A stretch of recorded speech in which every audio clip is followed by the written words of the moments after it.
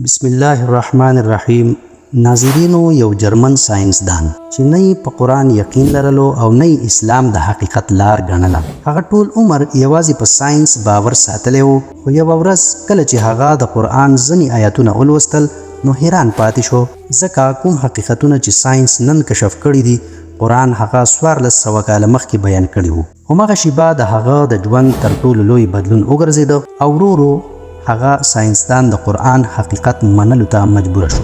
السلام علیکم ملګرو، زه یم نصیب الله خان او تاسو ګورئ خپل چینل ریورټیفای.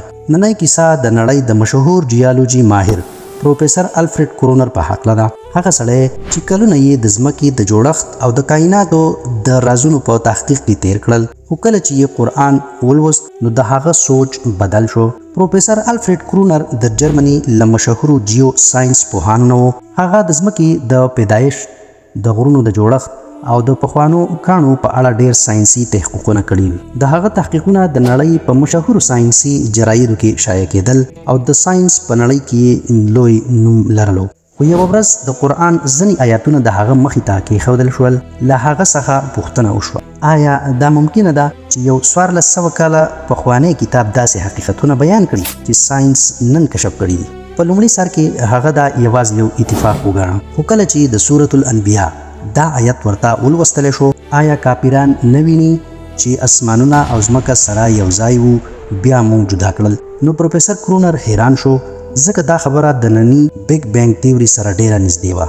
هماغه نظریه چې وایي ټول کائنات په پیل کې یو ځای وو، بیا د یوې لویې چاودنې وروسته جدا جدا شول. وګو ملګرو، دا حقیقت خو ساينس بیا په وروستو کلونو کې معلوم کړی و، نو بیا دا خبره 1400 کاله مخکې څنګه بیان شوې وه؟ همدلته د هغه په ذهن کې نوي سوالونه پیدا شول. هغه د قرآن نور آیاتونه هم لوستل شروع کړل، لکه د سورة الزاریات دا آیت، او اسمان مو په خپل قدرت جوړ کړی دی او موږ یې پراخوو.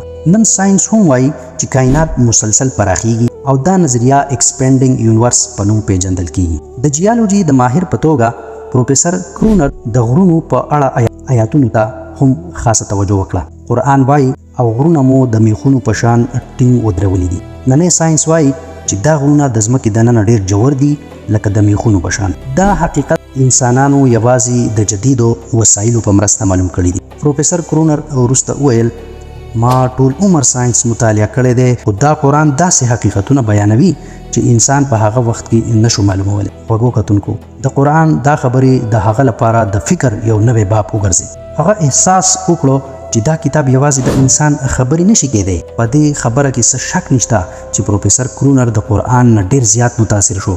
البته د دې د مسلمانېدو څه مستند تصدیق نشته. ملګرو، کله ناکله حقیقت انسان ته هغه ځای نه ښکاري چیرته چې هغه یې لټوي، بلکې حقیقت هغه وخت مخې ته راځي کله چې انسان په کلاو ذهن سوچ وکړي. نو موږ چې مسلمانان یو، آیا موږ کله قرآن د پوهېدو لپاره لوستی دی که یوازې د تلاوت لپاره؟ که تاسو هم د قرآن کوم آیت حیرانونکی ښکاري نو په کامنټ کې یې ضرور ولیکئ او چینل سبسکرایب کړئ. د ځان او د خپلې کورنۍ ډیر خیال ساتئ. تر بلې معلوماتي ویډیو پورې د الله په امان.